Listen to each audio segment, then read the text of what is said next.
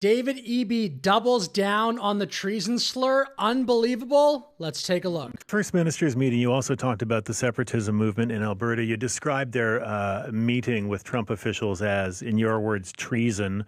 Data analyst John Santos told CBC that that kind of language could turn moderates toward the separatist cause. Do you not see a need to tread carefully with your language when you're wading into something like this? Good question. Great question there. No, Stephen, we have to be blunt as Canadians. We can have conversations internally, referenda, debates, how we structure ourselves as a country. I don't support the referendums, but I understand everybody's right to have them nationally about whether or not they want to belong in Canada. It feels like the worst possible time to be doing that. But in any event, it's always the worst time. If it wasn't Trump, it would be, oh, there's a climate emergency. There's an emergency of something we'll just make up. It's always the worst time. I'm so tired of hearing that. That's going to happen in other provinces. But I think as all Canadians, to just say, look, if you are crossing a border to seek the support of a foreign government to break up our country because you don't have the support and the resources and the ability within our own country to advance that conversation, and you're asking the Americans or any other government for help, I mean, that is the definition of treason.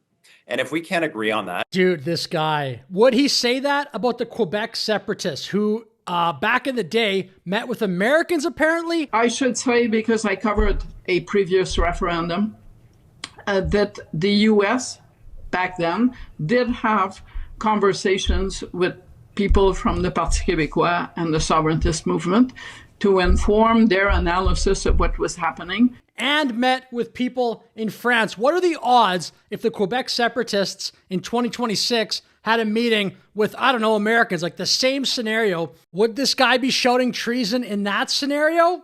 Somehow I doubt it. If we have to be mealy-mouthed about that, it's like, well, everybody's entitled to their opportunity to go organize with a foreign company or foreign government to destroy our country.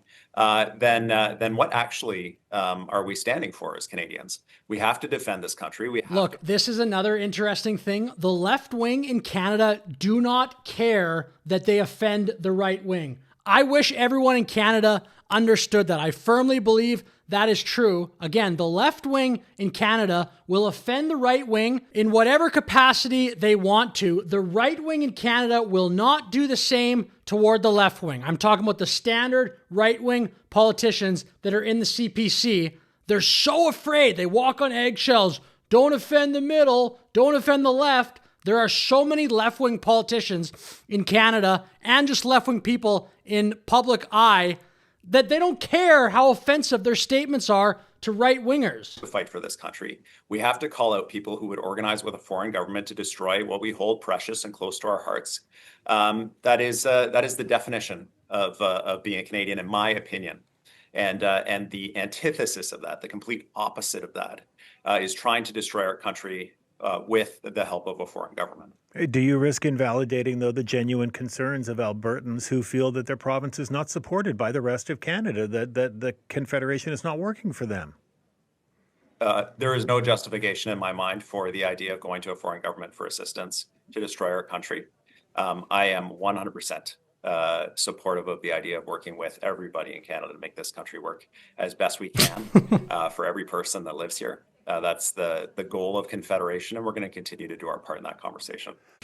Man, that guy might be the worst politician right now in the country. Even just the way he talks seems so disingenuous. And let me know in the comments, do you think he would have the same energy for the same scenario if it was Quebec separatists? I doubt it. So with that said, thanks for watching. Like and subscribe. Have a great day.